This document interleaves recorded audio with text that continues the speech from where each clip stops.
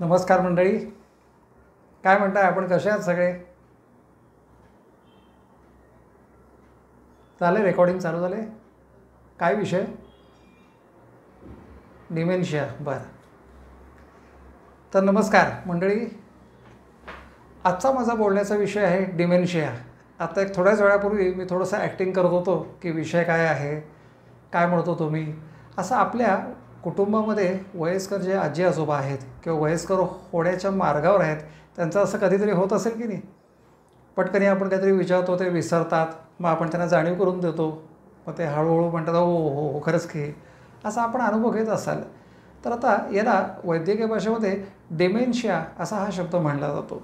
आता डिमेन्शियाला मराठीमध्ये आपण काय म्हणूयात की स्मृतिभ्रंश, म्हणजे स्मरणशक्तीला हानी पोचणं किंवा स्मरणशक्तीमध्ये बदल होणं आणि त्याचं दैनंदिन जीवनामध्ये अडचणी निर्माण करणारी ही एक मानसिक स्थिती आपल्याला खूप वेळेला आपल्या कुटुंबामध्ये दिसते.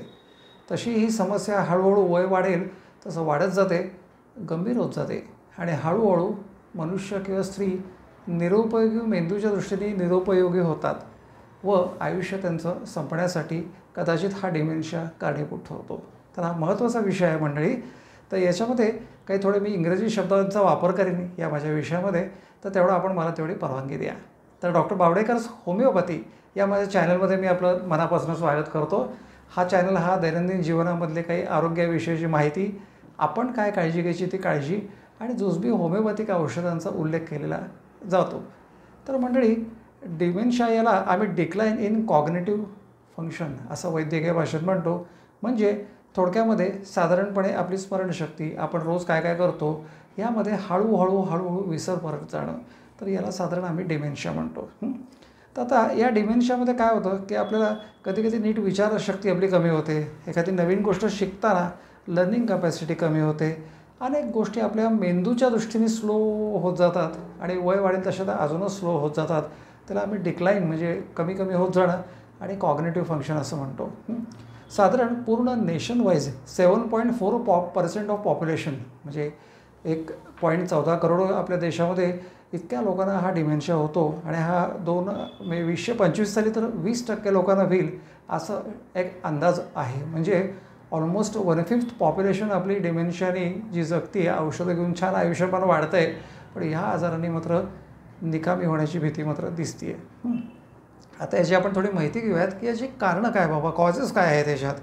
तर याला न्यूरो डिजेनरेटिव्ह डिसीज या डिमेन्शियाला कारणीभूत असतो. म्हणजे ब्रेनमध्ये अनेक प्रकारचे न्यूरॉन्स असतात, म्हणजे जे सेल्स आपल्या जसं रक्तामध्ये लाल पेशी पांढऱ्या पेशी आहेत, असे न्यूरॉन नावाचे सेल्स असतात. त्यांचं कार्य कमी होतं, त्यामुळे कम्युनिकेशन कमी होतं, लर्निंग कमी होतं, अनेक गोष्टी प्रत्येक व्यक्तीमध्ये आपल्याला दिसतात. तर डिमेन्शियाच्या काही थोडेसे टाईप्स पण आहेत. एक म्हणजे पार्किन्सन्स डिसीज, हे आपण नाव ऐकलं असेल का प्रवाहात. अल्झायमर डिसीज हा सुद्धा आपण नाव वाचला असेल. ड्रिंक घेणाऱ्या मंडळींमध्ये सुद्धा आम्हाला हे दिसतं, त्याला अल्कोहोलिझम आम्ही म्हणतो. आणि रक्तवाहिन्यांना जर का काही डॅमेज झाला, म्हणजे एखादा ब्लड क्लॉट झाला, हिमरेज झालं, तर त्यांनीसुद्धा या डिमेन्शियामध्ये भर पडते किंवा तो होतो. अजून रिस्क फॅक्टर म्हणजे अशी आहे की साधारण 60-65 वर्षाच्या पुढं हा होतो, त्यामुळे रिटायरमेंटच्या एजनंतर 2-4 वर्षात हा सुरू होतो असा अंदाज आहे. पण हा अंदाज आहे, हल्ली 40च्या लोकांनासुद्धा डिमेन्शिया झालेला मी माझ्या 32 वर्षीय वैद्यकीय व्यवसायात पाहिलेला आहे. नंतर जेनेटिक रोल पण आहे. कुटुंबात आई वडील, आजी आजोबा यांना जर का लवकर चालू झाला असेल तर आपल्या पिढीला मात्र हा डिमेन्शियाचा त्रास लवकर चालू व्हायची शक्यता आहे. काही हेल्थ कंडिशन ज्या आहेत की ब्लड प्रेशर, डायबिटीस, कोलेस्ट्रॉल, या लोकांना मात्र खूप लवकर सुरुवात होते आणि हा डिमेन्शिया हळूहळू वाढत जातो. आता याचे टाईप्स काय आहेत, तर वैद्यकीय भाषेने याचे काही थोडेसे टाईप्स दिलेले आहेत. आम्ही त्याला अल्झायमर डिसीज टाईप म्हणतो, फ्रंटो टेम्पोरल म्हणतो. म्हणजे मी ब्रेनचं चित्र तुम्हाला तर दाखवणारच आहे. फ्रंटल म्हणजे पुढचा भाग, टेम्पोरल म्हणजे कानाच्या वरचा भाग. त्या भागाचा डिमेन्शिया असेल तर त्याला फ्रंटो टेम्पोरल म्हणतात. एक लेवी बॉडी डिमेन्शिया नावाचा प्रकार आहे की जो खूप कॉमन आहे. काय होतं, साधारणपणे आपल्या मेंदूच्या न्यूरॉन्समध्ये अल्फा आणि बीटा हे सायन्यूक्लिन नावाचं काही प्रथिन असतात, तर ते जमायला सुरुवात होते. हळूहळू ते न्यूरॉन्समध्ये डिपॉझिट होतात आणि त्यामुळे तुम्ही चित्रामध्ये बघालच हळूहळू न्यूरॉन्सची कपॅसिटी कमी होत जाते आणि डिमेन्शिया आपल्याला डेव्हलप होतो. आणि रक्तवाहिन्यांमध्ये जे कोलेस्ट्रॉल डिपॉझिट होतं त्यामुळे रक्तवाहिन्या मेंदूच्यासुद्धा आकुंचित होतात, रक्तपुरवठा नीट होत नाही पुढच्या बाजूला, ह्या बाजूला, मागच्या बाजूला. त्याला आम्ही व्हॅस्क्युलर डिमेन्शिया असे म्हणतो. आता त्याची लक्षणं काय काय आहेत, तर हा कसा काय डिमेन्शिया होतो?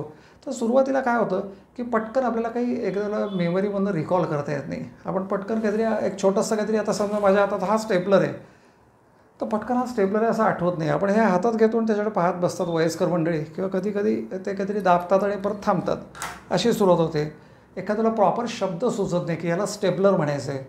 आता हा सापडत नसला तर आजी आजोबा काय म्हणतात, अरे ते रे ते पिन मारतात, ते आपण पिशव्यांना हे करतो, ते त्यांना प्रॉपर शब्द आठवत नाहीत. हे एक लक्षण त्याचं असू शकतं.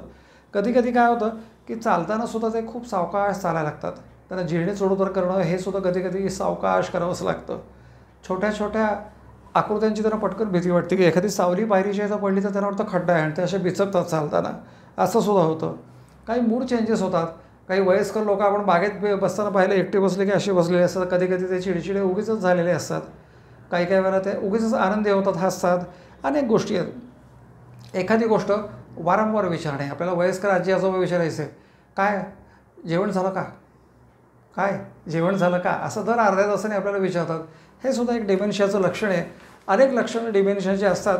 मी काही प्रामुख्याने तुम्हाला थोडी थोडी काय लक्षणं सांगतो आहे की ज्याच्यावरनं साधारण तुम्हाला अंदाज की अरे आपल्या कुटुंबात या गोष्टी होतात म्हणून. आता याचं डायग्नोसिस कसं करायचं आहे? तर याचं डायग्नोसिस म्हणजे याचं निदान. तर नीट डॉक्टरांकडे जाऊन वैद्यकीय हिस्ट्री आपण जर का दिली तर साधारणपणे अंदाज येतो. काही मेडिकल टेस्ट असतात त्याच्या असेसमेंटच्या, त्या कराव्यात. MRI स्कॅन, CT स्कॅन करावा. त्याच्यात मेंदू असा श्रिंक झालेला आम्हाला दिसतो. म्हणजे एखादा नारळ जो खूप दिवसांनी फोडला आपण घरी, की जसं नारळाची करवंटी आतमध्ये श्रिंक होते, तसा वयाने मेंदू श्रिंक होतो. तर या लोकांना डिमेन्शियाची सुरुवात त्यामुळे होऊ शकते. याचा दैनंदिन जीवनावरती काय परिणाम होतो असं आपल्या मनामध्ये येतच असेल. काही वेळेला मंडळी काय होतं की काही थोडेसे हळूहळू आपल्या लक्षात येईल, आर्थिक व्यवहार विसरायला लागतात. रोजचे कामगार आहेत, त्यांना पगार दिला तर तो डबल चुकून दिला जातो, कारण दिला का नाही आठवतच नाही. हा एक होतो. पैसे मोजताना वारंवार एक 500च्या एक 100 नोटा मोजायच्या तर त्यांना मोजता येत नाही. एकदा 80 मोजतील, एकदा 90 मोजतील, असा एक प्रॉब्लेम होऊ शकतो. म्हणजे त्याला विसरणं म्हणतो. डेली जे BP शुगरच्या गोळ्या घेतात, त्या घेतल्या की त्यांना विसर पडतो, अरे आज मी गोळ्या घेतल्या का नाही, चुकून डबल गोळ्या घेतल्या जातात, त्याचा दुष्परिणाम होऊ शकतो. आणि काय होतं, कधी कधी त्यांना काही महत्त्वाचे डॉक्युमेंट्स घरामध्ये सापडत नाहीत. उगीच असं वाटतं चोरी झाली आहे. काही गावाकडचे लोक म्हणतात आमच्या भानामती झाली आहे. हे सगळे गैरसमज निर्माण होतात सगळ्या याच्यामध्ये. चाकवा मागे लागला आहे. अनेक शब्द समज गैरसमज याच्यामध्ये होतात. ही लक्षणं दिसतात. काही काही वेळेला काय होतं, या मंडळींच्या चुका जर का दाखवल्या तर ते चिडचिडे होऊ शकतात. त्यांच्यात मूड बदल होतो आणि हळूहळू ते एकटे राहायला लागतात. मग त्यांचं सोशलायझिंग बंद होतं. चुकून चालण्याच्या प्रॉब्लेममुळे ते पडले तर फ्रॅक्चर्स आणि डोक्याला मार लागून रक्तस्रावामुळे हॉस्पिटलायझेशन होऊ शकतं. हे त्याचे इफेक्ट्स आपल्याला दिसतात. नंतर कधी कधी काय होतं, स्लीपमध्ये त्यांच्या डिसऑर्डर्स दिसतात. कधी कधी झोप लागतच नाही. कधी कधी लवकरच पूर्ण होते. कधी कधी झोप लागते पण ती तळमळ होते. अनेक गोष्टी आम्हाला त्याच्यामध्ये दिसतात.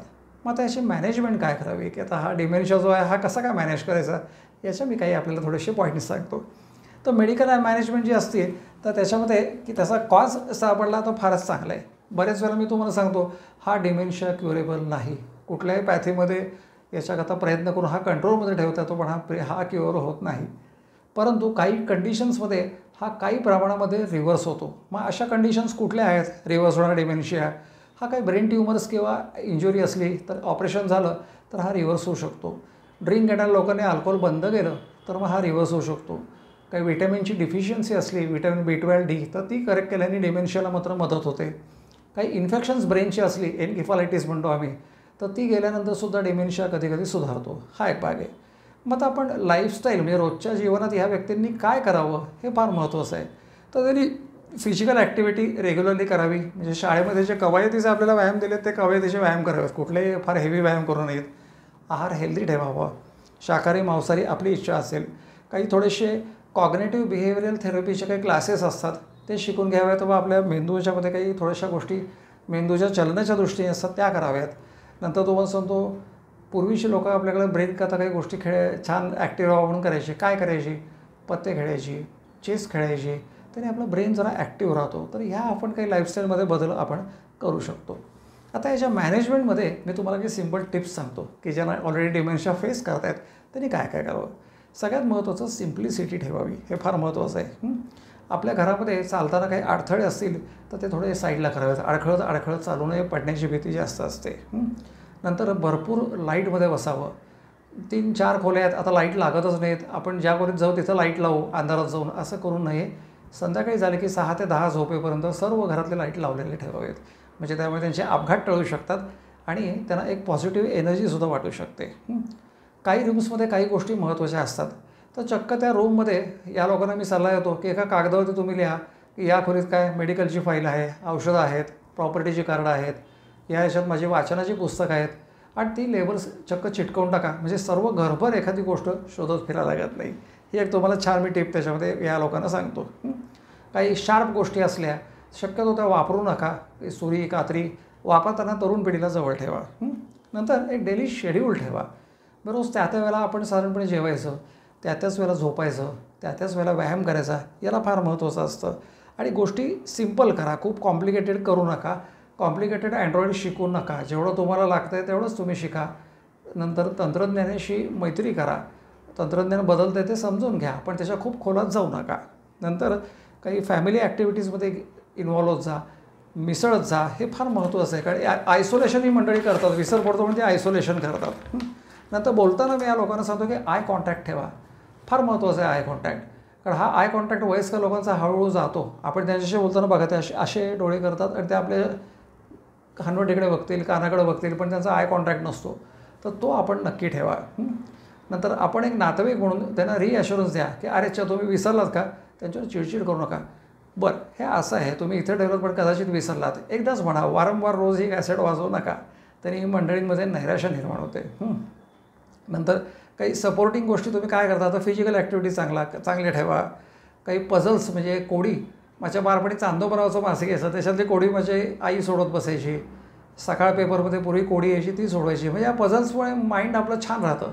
जुनी गाणी आठवायची आणि भरपूर पाणी प्यायचं, 1 ते 1.5 लिटर तरी मिनिमम दिवसाला. आणि शरीरामध्ये जी डॉक्टरांना हवी असेल ती औषधं आपण त्यांच्या सल्ल्यानुसार मात्र घ्यायची.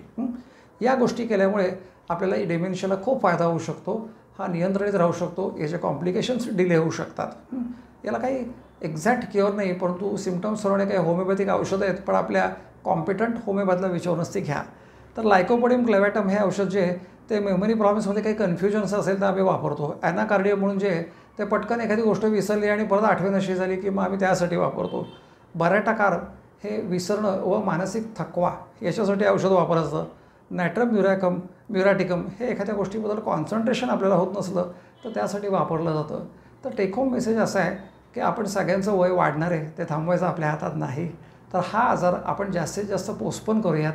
आपले आजी आजोबा जसे देवाघरी जाईपर्यंत मेंटली ॲक्टिव्ह राहिले तसे आपण होऊयात आणि समाजाला निरुपयोगी मेंटली आपण झालो असं होता कामा नये.